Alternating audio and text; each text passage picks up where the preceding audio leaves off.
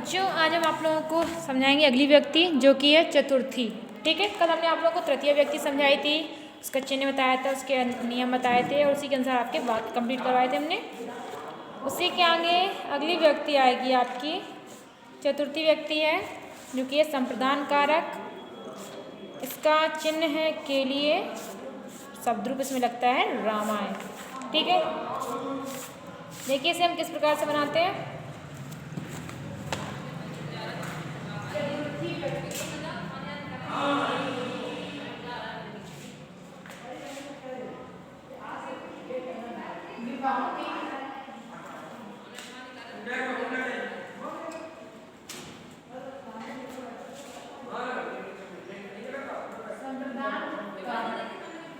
चतुर्थी व्यक्ति संप्रदान कारक। इसका चिन्ह क्या होता है? के लिए। इसका चिन्ह होता है के लिए और इसका शब्द लगता है रामायण। ठीक है, ये आपकी चतुर्थी व्यक्ति है। देखिए सबसे पहले नियम के अनुसार ही देख लेते हैं कि इसमें कैसे सेंटेंस बनाते हैं।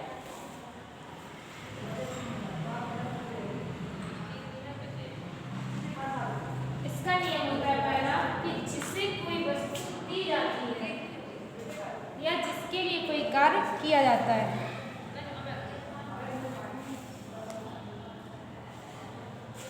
जिसे कोई वस्तु दी जाती है या जिसके लिए कोई कार्य किया जाता है, यदि वहां पर के लिए और को आए तो क्या होता है? चतुर्थी व्यक्ति। तो को भी आता है इसमें, लेकिन किस वजह से? जहाँ पे कोई वस्तु दे दी जाती है। ठीक है, किसी को कोई वस्तु दे दी जाए और फिर वो वापस ना आए। ठीक है, तो वहाँ पे अगर के लिए आ रहा है तो वो आएगा चतुर्थी व्यक्ति में। ठीक है, जैसे कि मैं तेरे लिए, मैं तेरे लिए पुस्तक लाऊंगा, पुस्तक लाऊंगा। ठीक है, जैसे कि मैं तेरे लिए पुस्तक लाऊंगा, जहाँ पे मैं के आएंगे अहम,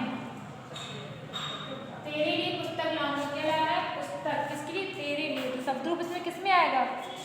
तेरे लिए। तेरे लिए में आएगा शब्द रूप, तेरे लिए बोलेंगे तो भ्यम, क्योंकि इनके शब्द रूप थोड़ा अलग हो जाते हैं बच्चों के। अहम तुभ्यम, पुस्तक की पुस्तकम, पुस्तकम, लाना की नी, नी आनी होती है, लाना की नी होती है, लेकिन क्या है? लाऊंगा का वाक्य हमारा किसमें? भविष्य काल में, यानी कि आगे आने वाला समय। लट लकार में आएगा तो आएगा आने श्यामी, आने श्यामी। और अहम है तो अहम के साथ तो आमी होता ही है, यहाँ पे लगाएंगे अहम तुभ्यम पुस्तकम आने श्यामी। वह दरिद्रों को धन देता है, वह दरिद्रों को धन देता है, वह दरिद्रों को धन देता है। अब यहाँ पे को आ गया, लेकिन किस तरीके से? किसी चीज को दिया जा रहा है, वो भी हमेशा के लिए। यदि दरिद्रों को धन दिया जाता है तो वो हमेशा के लिए दिया जाता है, वापस पाएगा नहीं। तो यहाँ पे शब्द किस में आएगा? दरिद्रों में। ठीक है, तो दरिद्रों को धन दे रहा है, दरिद्र बहुत सारे बहुवचन में, तो आएगा दरिद्रव्या, दरिद्रव्या धनम देना की ददाति। ठीक है, क्योंकि सा हमारा क्या है? एक वचन में, और काल हमारा क्या है? वर्तमान काल। मैं वह दरिद्रों को धन देता है, सा दरिद्रेभ्यः धनम ददाति। अगला वाक्य देखिए, अगला वाक्य है राजा भिक्षुकों को भोजन देता है, राजा भिक्षुकों को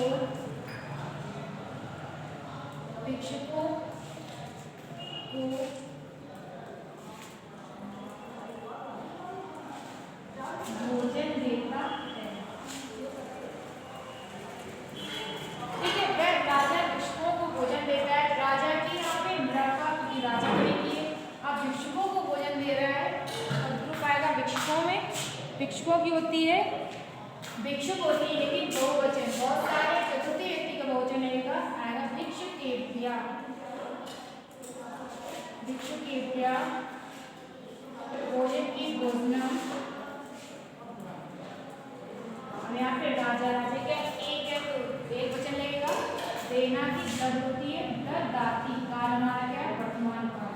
भिक्षुकेभ्यः नृपः भिक्षुकेभ्यः भोजनम ददाति।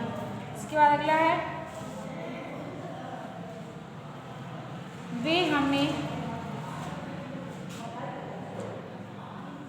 वे दोनों राम के लिए जल लाते हैं। वे दोनों राम के लिए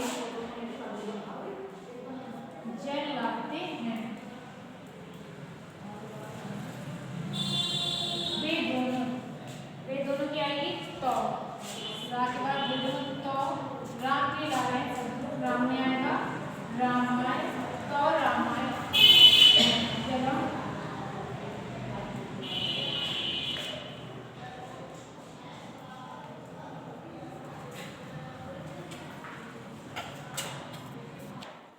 अगला है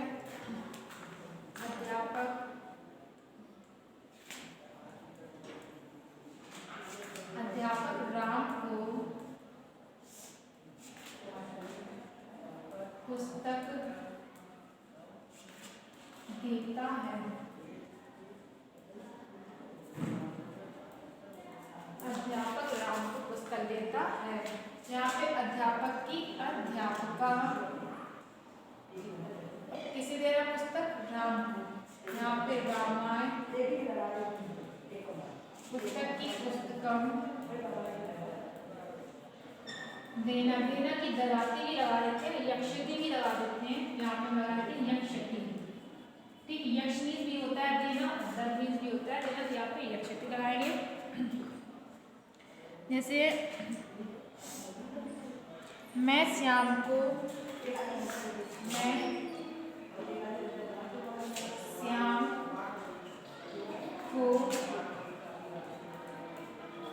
इनाम देता हूँ। मैं श्याम को इनाम देता हूँ। मैं के लिए अहम श्याम, श्याम को दे रहा है, शब्द का है श्याम में लगाएंगे श्यामाय। श्यामाय इनाम की पुरस्कार। देना की गट लगा देंगे या यक्ष लगा देंगे। यहाँ पर यक्ष के एंड साथ क्या लगाते हैं, आमी। यहाँ लगाएंगे यक्षामी, ठीक है। श्यामाय पुरस्कारम यक्षामी। अगला है इसके बाद, अगला देखिए जैसे भोजन के लिए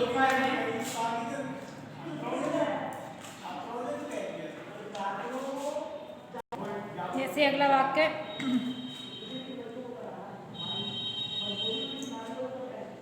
जैसे भोजन के लिए फल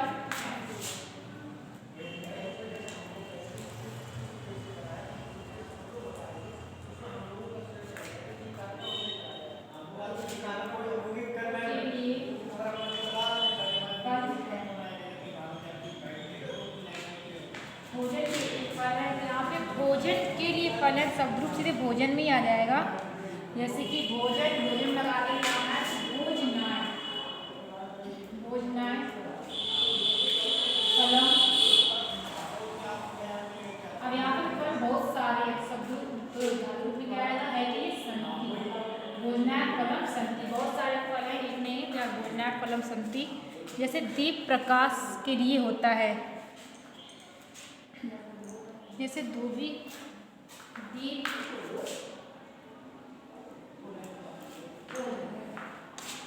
जैसे दीप प्रकाश होता है।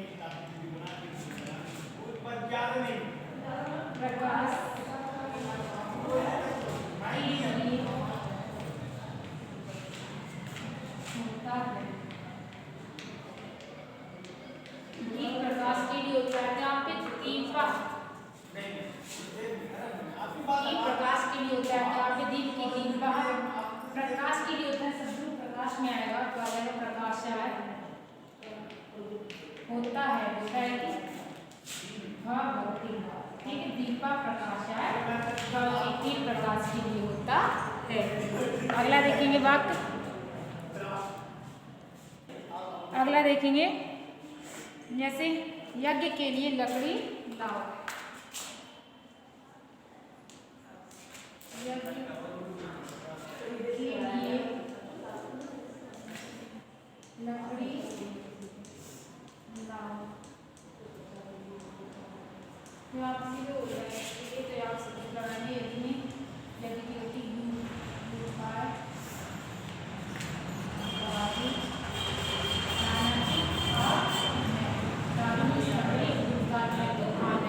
दारू आने। अगला वाक्य है जैसे वृक्ष परोपकार के लिए फलते हैं, वृक्ष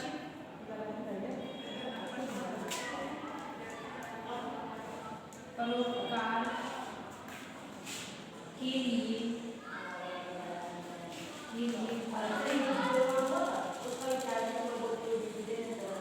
फलते हैं, वृक्ष परोपकार के लिए फलते हैं। या फिर वृक्षा, वृक्ष की वृक्षा, परोपकार के लिए फलते शब्द आया परोपकार में, परोपकाराय।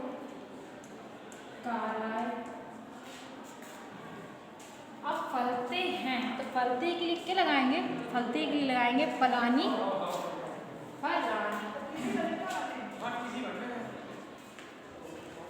वृक्ष परोपकार के लिए फलते हैं तो इस बात को शुरू करेंगे परोपकार से, परोपकार है, परोपकार के लिए वृक्ष फलते हैं, इस तरीके से बनाएंगे परोपकाराय फलानी, फलानी वृक्ष की वृक्षा, परोपकार है फलानी वृक्षा, परोपकार के लिए फलते हैं वृक्ष। इस तरीके से इस वाक्य को बनाएंगे।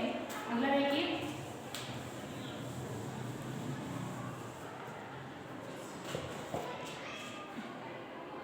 अगला वाक्य है राम विश्वामित्र को अस्त्र देते हैं,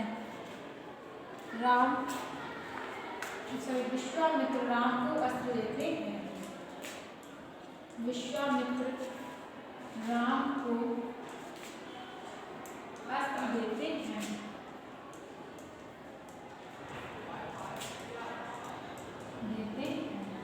यहाँ पे विश्वामित्र राम को अस्त्र दे रहे, शब्द का नाम नहीं के लिखेंगे विश्वामित्र,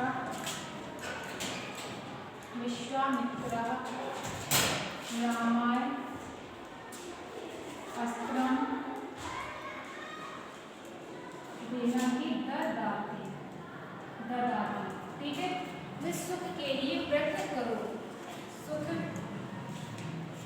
के लिए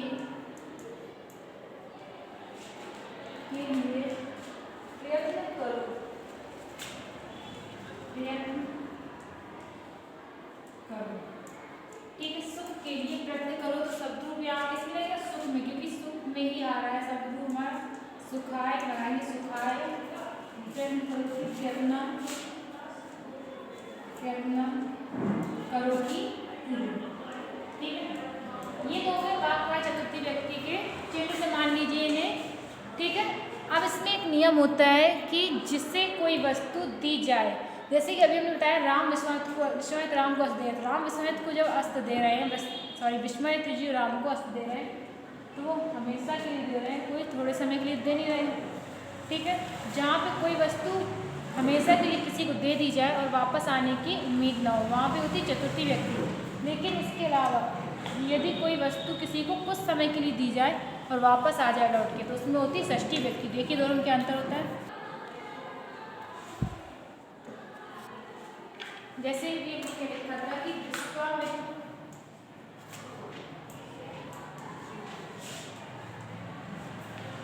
राम को अस्त्र देते हैं,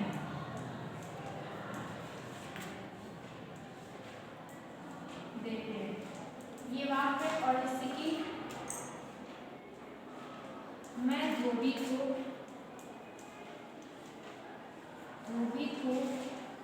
वस्त्र देता हूँ,